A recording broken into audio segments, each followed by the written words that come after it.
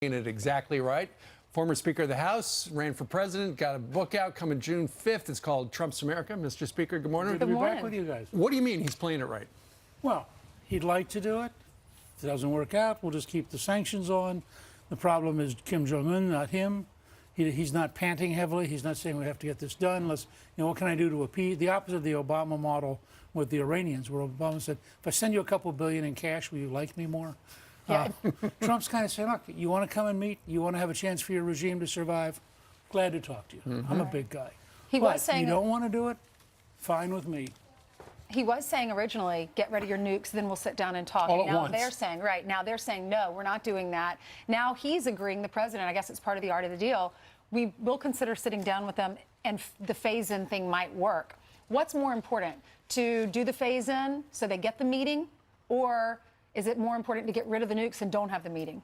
Oh, I think unless the North Koreans insist that we give up the demand, it's better to have the meeting. I agree. And to say, I mean, first of all, North Korea has enough weapons aimed at Seoul, the biggest city in South Korea, that they could kill hundreds of thousands of people the first day without nuclear weapons.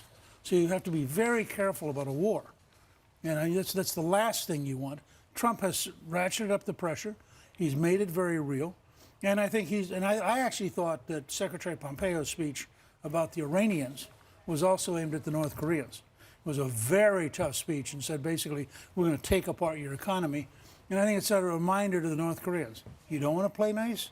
Fine. We're a lot bigger than you. We won't play nice either. If I could look at the subtlety a little bit there, too. A couple of days ago, he said, I think China, after that meeting in China, I don't think they're being helpful. He didn't go attack China. He mentioned it. And then Vice President Pence, hardly a rogue, comes out and says, that Libya model is always an option. And they came back and called him a political dummy yesterday. And the person making that statement is very tight with Kim Jong-un with his administration. Well, I mean, look, here's the balancing problem he's got. They have a dictatorship which has dedicated its entire life to achieving nuclear weapons and trying to protect itself. So you have hundreds of people who literally have spent their entire lifetime doing this.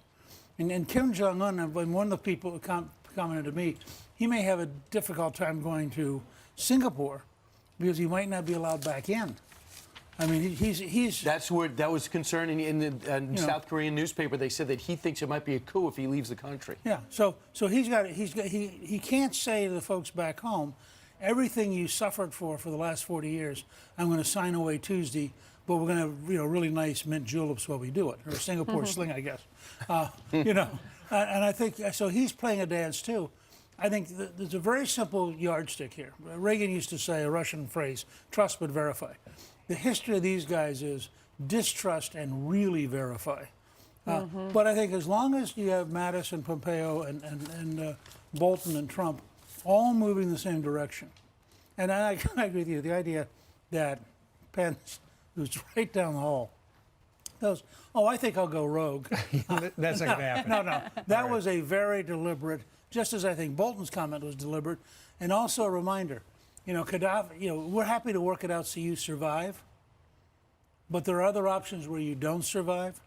You got to decide. That's basically the wheel of misfortune. You got to decide which game right. you're on. I like that. That's good. All right. Newt, thank you very much. His new book, Trump's America, comes out in about 2 weeks. You can pre-order it right now. Thank you, sir. Right. I imagine the president gets a free copy. We'll find out in the break. Meanwhile, here's Jillian with other breaking news. Jillian. That's right. Good morning. So Hillary Clinton says she supports women, but she just made this endorsement for New York governor.